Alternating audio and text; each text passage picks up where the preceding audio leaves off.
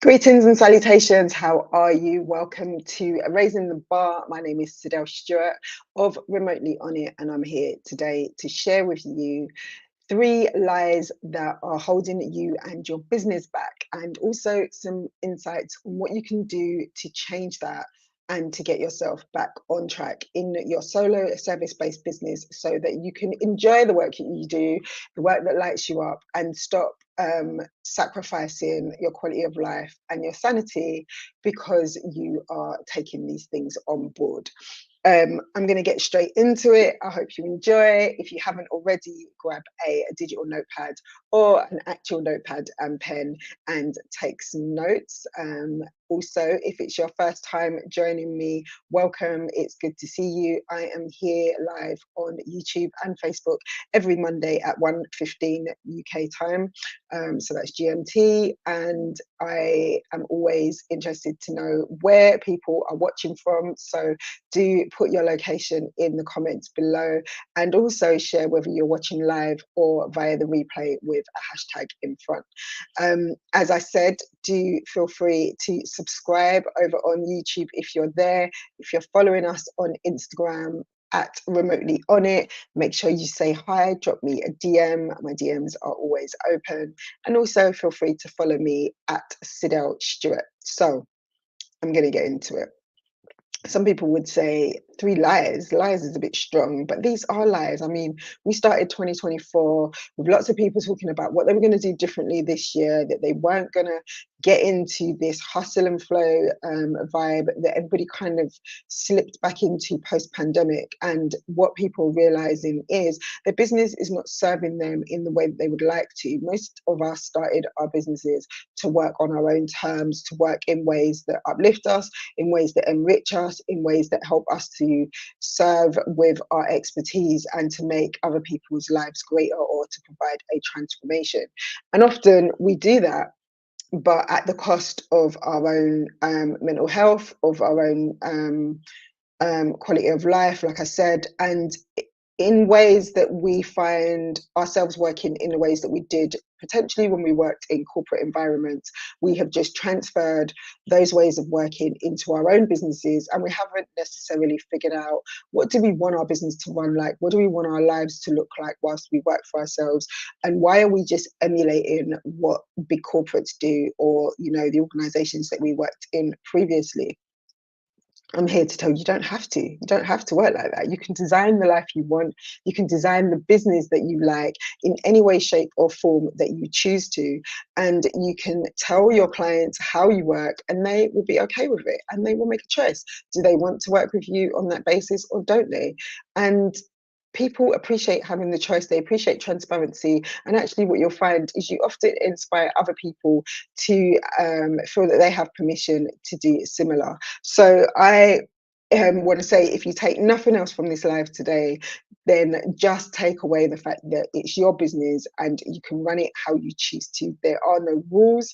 However, there are some things that are going to help you to do it in integrity, in the way that best amplifies your life. So, like I said, this live today is about three lies that are holding you and your business back, and I'm going to share what they are in the hope that you can do something different to get a different result.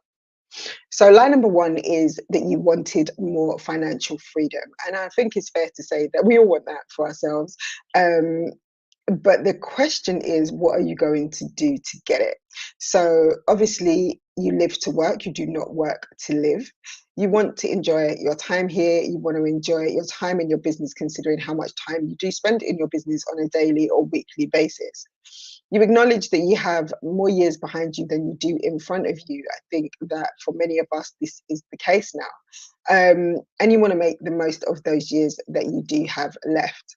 The pandemic definitely demonstrated to us that we weren't really living before that happened. A lot of us were just working and living in this rat race and this hamster wheel of going to work and going home, going to work and coming home, and somehow in some way squeezing a holiday or some social activities in between. But we weren't prioritizing our desires, we weren't prioritizing our health and our self-care, we weren't necessarily prioritizing our loved ones, especially those of us that work for ourselves. I know for me, definitely, this idea of, oh, you're going to log off soon, you're going to log off soon, you're going to put the laptop away soon, even when you're away, even when you're with loved ones, there's always this one thing that you still need to do, and it eats into your quality time with other people. So the options and opportunities that we have cost money: to live, to travel, to provide, to prepare, all of it. So I want to implore you to stop playing small and to actually embody what it's going to take for you to have more financial freedom. There are systems that you can put in place, and yes, some of them cost money, um, but they will empower you to make money daily. So do utilize them. Now, the problem in regards to this lie that you want more financial freedom is that you insist on selling your lowest priced offers. Those are the ones that you talk about most when you're online, when you're sharing what you can do for people. And often, many of us are undercharging and offering lots of different payment options. You're scared to raise your prices for whatever reason. Could be because there's a recession, or you think that the cost of living crisis is affecting people's buying decisions. And I want to say that actually, you need to not judge other people's pockets, is something I say all the time. Not judge other people's pockets, not assume what other people are willing to spend on what it is that you provide, because you just don't know. Unless you're asking a direct question and someone is telling you that it's not feasible for them, then don't make an assumption. You're hiding. The only people that can work with you are those who've been referred to you, or already in your circles, because new people don't know about your products and services. So the solutions are that you need to price your offers and services based on their value, not what you think somebody will pay. That is not the way to price things. You will always undercharge if that's the direction that you take. So consider what the value is of your offer, not how long it takes to deliver, not how long it takes for somebody to get the transformation necessarily, but what the value is. What are they going to get from it? What's the overarching result, the outcome going to be as a result of this service or this offer that you provide? And then sell it with your chest, with your whole and entire chest, with confidence, with gusto. Just do it. Stop basing your ideal aligned paying clients buying decisions based on your own decisions. You are not them and they are not you. There's a saying by an online coach, I'm trying to remember her name, Mariah Cos. She always says, stop pretty womaning. If you've ever seen the film Pretty Woman, then you'll understand what that means. Stop pretty womaning your clients. Don't judge based on what you think of them. Outside of anything else, it's just rude. If you look at somebody and you think, oh, they can't afford your services, what are you basing that on? There's all types of biases and unwarranted opinions. Put the price out there and you give them the option to make a decision based on the information that you shared. Do not lower the prices of your services to meet clients where they are. Instead, consider that this particular person is not problem aware, or maybe they're not solution aware. They don't recognize that this is what they need.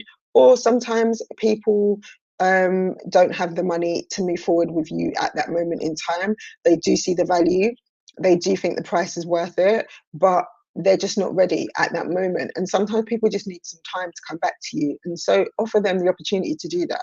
Tell them that you'll hold the price for X amount of time, whatever feels right for you in your business, and actually encourage them to get back in touch with you after a certain period of time, or tell them that you'll follow up with them in a certain period of time. Not to be pushy, just to be definitive and give them some breathing space so they know that that is an option, and it's not a case of, well, if I can't work with you now, I can't work with you at all.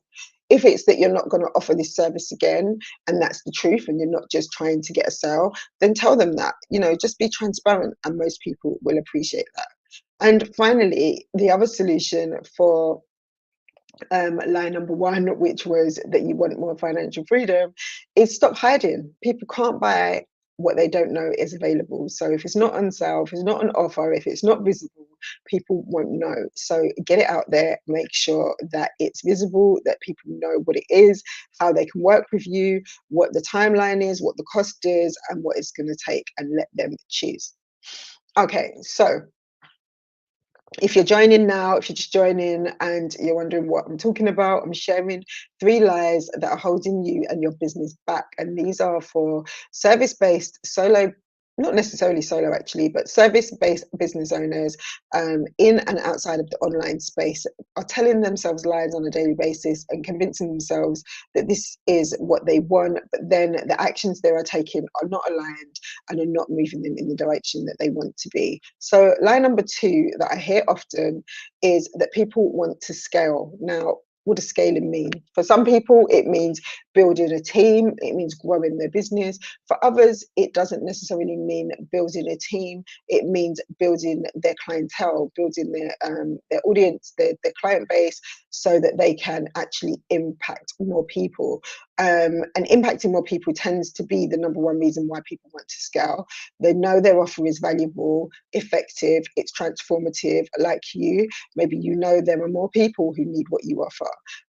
Maybe your longer term vision is to focus solely on what it is that you do, your expertise, what lights you up, what makes you feel fulfilled in your day-to-day operations, and you want to be able to let go of all the smaller but integral back office functions that your business needs to function. And if that's the case, then you have to stop insisting on doing things manually, insisting on doing everything yourself. You need to be more open to the possibility of automation and AI in your business.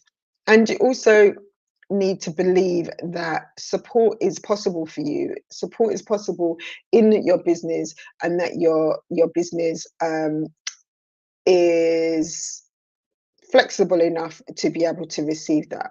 So you need to be willing to systemize things and put some parameters around your ways of working. One of the key things that I, as a business operations architect, find is that people want the results of systemization and automation, but they don't necessarily want to adapt to what that entails in a day-to-day actual real life setting. So it does require you to have some fixed things in your business. It requires you to choose your pricing and stick to it. It requires you to choose the timelines for things.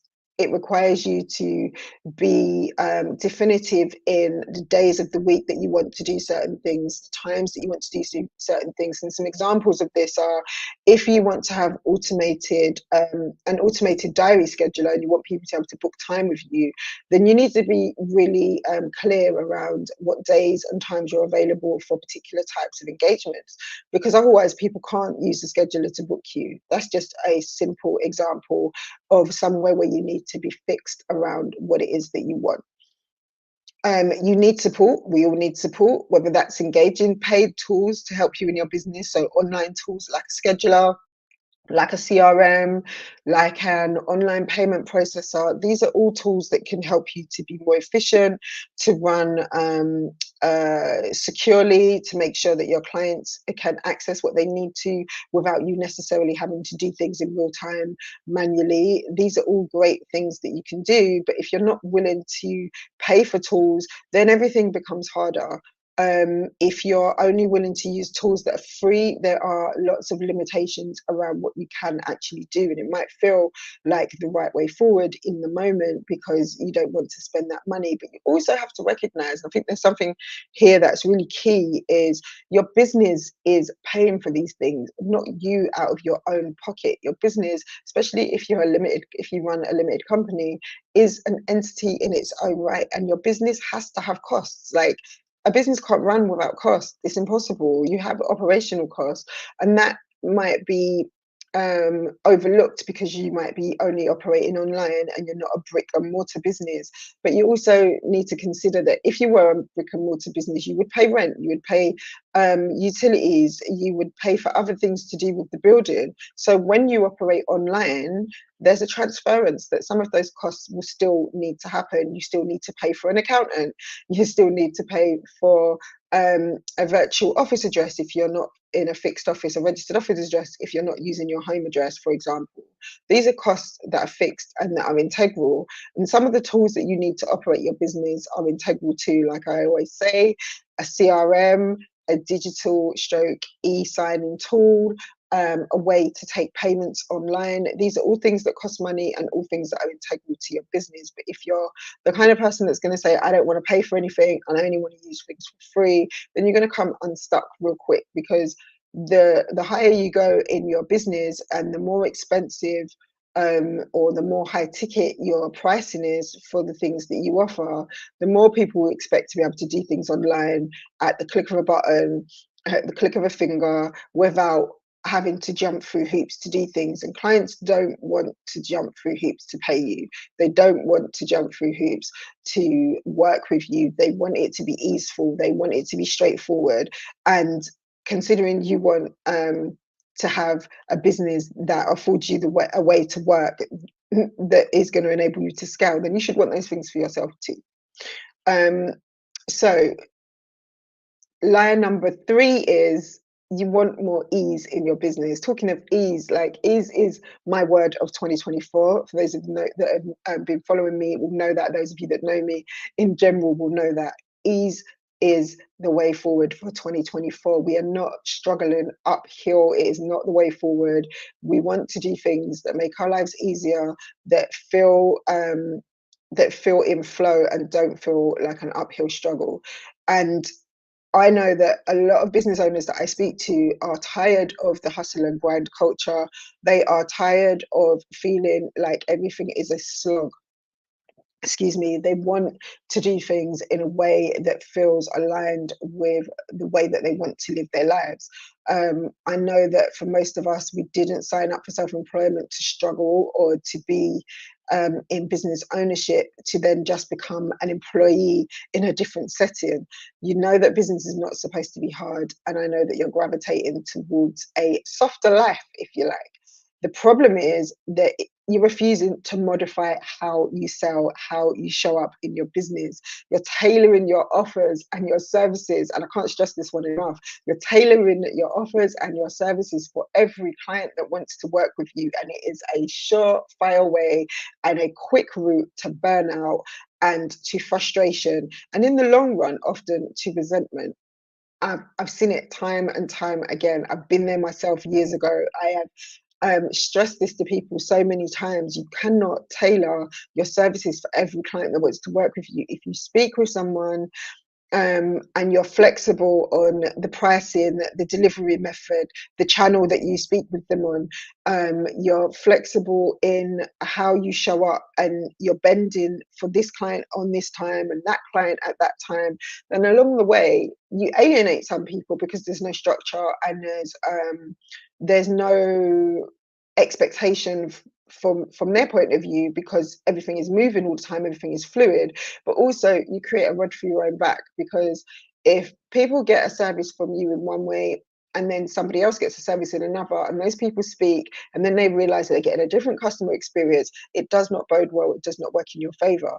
On another level, if you bend for one person in all of the ways I mentioned, what you generally find is those people are less committed to the process. They are the people that will flake. They are the people that will cause you the most headache throughout your service, your program, your offer, whatever it is. And you can speak to any other business owners that you know and ask them, for the clients that they've bent over backwards for, how did that pan out?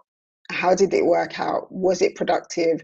Was it the way forward? Was it a fruitful relationship? Did the person even complete whatever it is that they set out to do? And often you'll find it's not the case. So I want to say the solution to wanting more ease in your business and in your life in general is stop working so hard. Just stop. Like it's not required. There's no middle at the end of it. Instill some healthy boundaries in your business, in your relationships, and then work out what you are and aren't willing to accept, what you are and aren't willing to do. share your boundaries with your existing clients, and make sure that anybody that's coming on board to work with you is also aware of them. You can do that in simple ways by just letting people know this is what's acceptable, this is what isn't. And a boundary might look like what times of day you're available to respond. It might look like how people contact you, whether that's through email or using a tool like Slack, or using WhatsApp, or for some people it's direct messages on social media. They have clients that will contact them in 15 different places, and it gets overwhelming and stressful and difficult to track.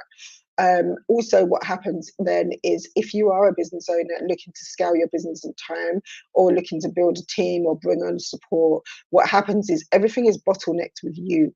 There is no other way for somebody else in your team as you build it to pick up messages, to respond on your behalf, because everybody has such direct access to you, whether that's your mobile phone number all over the internet or in your bios, whether that is your email address plastered everywhere, whether it's people can DM you to ask you questions. All of that eats into your personal life, it eats into your quality of life, it eats into your time, and it shows people that actually you're just available all the time. And also for some people, it can make them think, well, if you're available like this all the time, you can't have very many clients, because if I can message you at 11 o'clock on a Saturday night and ask you a question and you respond straight away, then that means you're always accessible to me, and that means you're always accessible to everybody. And if everybody's got access to you like that, then there's going to come a time when you're too busy and you can't respond to me. Or if you don't have that many clients, why don't you have that many clients? You can start raising questions where questions didn't need to be. So just consider your accessibility and consider your boundaries, and remember that when you're saying yes to others, are you saying no to yourself? That's a consideration. So, in regards to today's live, I want to say that these three lies that may have been holding you back, it's time to shake them off and let them go. And if you are struggling to put structure into your business, or you know that you're on the precipice of taking the next step to the next level, you're not quite sure how to figure it out, what you need to do, what tools you should have in your business, how you need to be working with your clients, or how to present your offers as they currently stand, or how you can even enhance your current offers, then do get in touch. There's a link in the description of this live, and you can find me on remotelyonit.com, and you can book a call to speak with me and see how I can help you. I do have a service that we offer called Amplified, which takes care of this. It does an audit and it reviews where you currently are. It explores where you would like to be in your business in the next 3 to 5 years. And then we provide you a blueprint of the exact steps to take to get there. So if that sounds like something that could be useful for you, do get in touch. Like I said, there is a link in the description, so click on there. As always, thank you for joining me. If you watched live, hey, I appreciate you. If you watched on the replay, give me a hashtag replay in the comments and let me know where you tuned in from. If you're watching on YouTube, or if you use YouTube, who doesn't, do subscribe over there. Click the bell in the top right hand corner, I believe. And I look forward to catching up with you again on another live sometime soon. Remember, we are raising the bar, because with Remotely On It, elevation is inevitable. See you soon.